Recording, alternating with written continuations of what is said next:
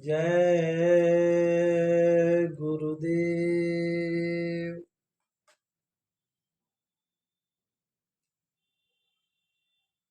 दुनिया में तीन बातें सदैव याद रखने योग्य है।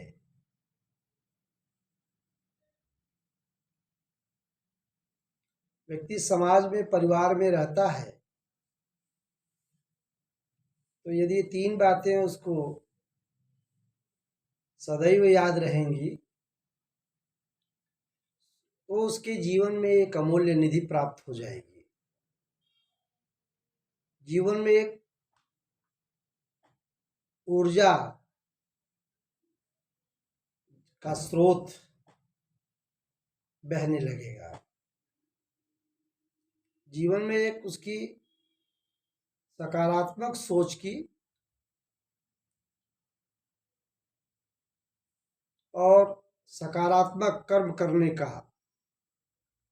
रास्ता सदैव उसे दिखाई देगा और वो अपने सत्मार्ग पर अग्रसर होता रहेगा। तो आइए हम इन तीन चीजों को जानें। ये तीन बातें क्या हैं? बातें तो वैसे भी हमारे पुराने बुजुर्गों ने, महात्माओं ने, मनीषियों ने इन तीन बातों पर बड़ा जोर दिया था और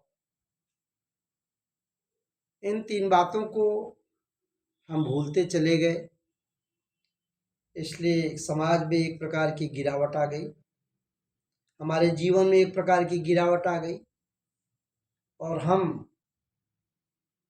बजाय आगे बढ़ने के सदैव पीछे चले जा रहे हैं।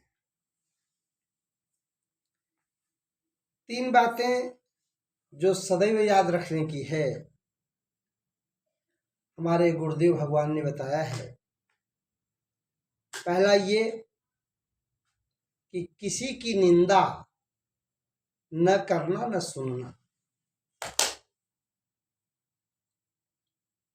निंदा किसी की करना भी नहीं है और हमको सुनना भी नहीं। क्यों? क्योंकि इसके प्रतिफल में निंदा करने से जो उसके पाप के बोझ हैं उससे हम दब जाते हैं। निंदा करते हैं उस व्यक्ति का, हम जो उसके अकर्म हैं, जो उसके पाप के बोझ हैं, उनमें से वो धीरे धीरे हमारे पास खिसकता हुआ चला आता है। वह तो हल्का होता है और हम बोझ से दबते जाते हैं। इसलिए गुरुदेव भगवान जी कहते हैं कि किसी की निंदा न करना, न सुनना। निंदा करने से उसके पाप के बोझ से तुम दब जाओगे। दूसरी बात, आज व्यक्ति अपने आहार पर ध्यान नहीं दे रहा है। हमको क्या खाना चाहिए, क्या नहीं खाना चाहिए, हमको कब खाना चाहिए, कितना खाना चाहिए और हम किस लिए खा रहे हैं, इस पर भी हमको विचार करना है। नाना प्रकार के तमाम पाश्चात्य सभ्यता के भोजन हमारे पास आ गए हैं। हम बिना विचार किए उसमें से उसको ग्रहण करते रहते हैं। तो कहे बिना विचारे जो करे सो पीछे पछताए। तो हमको अपने जीवन की दिनचर्या पर इस पर भी ध्यान देना चाहिए कि हम जो खाते हैं क्या वो हमारे लिए ग्राह्य है, उपयोगी है, स्वास्थ्यकर है। क्या जो हम खाते हैं वो हमारे लिए कितना हानि करता है। तो दूसरी बात जो हमारे गुरुदेव भगवान जी ने कहा है कि कम खाओ। इससे आलस्य नहीं आएगा और शरीर तंदुरुस्त रहेगा तथा चुस्त और फुर्तीला रहेगा। जो कार्य आप करेंगे वह ठीक से करेंगे और वो कार्य आपसे ठीक बनेगा। जब अपने आहार पर ध्यान नहीं देते हैं, बिना समय का, बिना स्वाद का, बिना सोचे समझे, साथ संगत में पढ़ करके हम जब खाते पीते हैं तो उसका हमारे स्वास्थ्य पर कुप्रभाव पड़ता है। तो कुप्रभाव जब पड़ेगा तो स्वास्थ्य हमारा खराब होगा, और जब स्वास्थ्य खराब होगा तो कहते हैं कि स्वस्थ शरीर में स्वस्थ मन रहता है। तो जब हमारा मन ही विकारवान हो जाएगा, विकारी हो जाएगा, तो हम कोई कार्य जीवन का अपने अच्छे ढंग से कर नहीं सकते हैं। तो मन को शुद्ध रखने के लिए अन्न को शुद्ध करना बहुत ज़रूरी है। कहते हैं जैसा खाए अन्न वैसा हो मन। तो जब अन्न पर ध्यान देंगे तो हमारे शरीर के स्वास्थ्य पर ध्यान होगा, और जब शरीर स्वस्थ रहेगी तो हमारा मन स्वस्थ रहेगा और हम अपना सब काम ठीक से कर सकेंगे। तो इसलिए गुरुदेव भगवान ने दूसरी बात हमको और आपको बताया है कि कम खाओ, इससे आलस्य नहीं आएगा, शरीर तंदुरुस्त तथा चुस्त और फुर्तीला रहेगा। तीसरी बात, ये बहुत पुरानी बात है।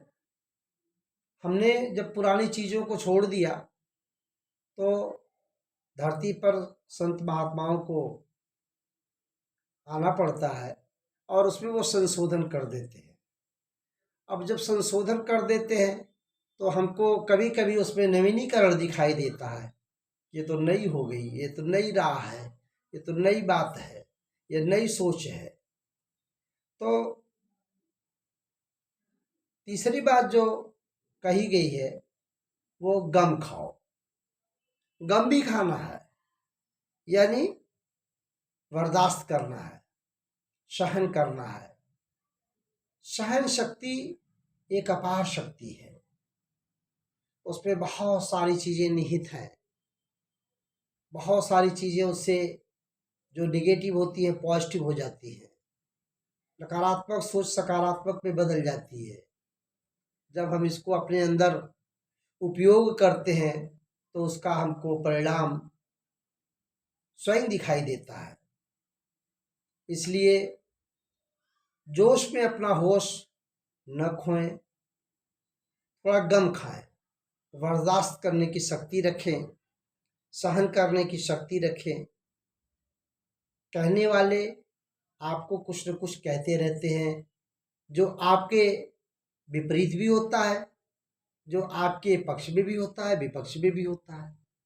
तो उसको आप रोक नहीं सकते जीवन में, वो कुछ न कुछ तो आपको कहते रहेंगे, लेकिन आपको उसमें बर्दाश्त करने की यदि आपके अंदर क्षमता है, आपने उसको बर्दाश्त कर लिया, सहन कर लिया, और उसके बाद किसी की बात को सुन करके आपने सुना, गुना और उसको धुना, तो उसमें से जो परिणाम, जो उसका प्रतिफल, जो उसका रिजल्ट जो निकल करके आता है, उसमें बड़ा ही निखार है, बड़ा ही बोधमय तत्व है।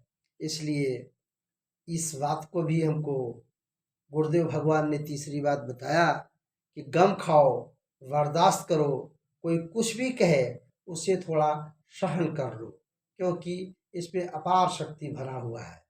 आज इतना ही, फिर अगले चरण में। जय गुरुदेव।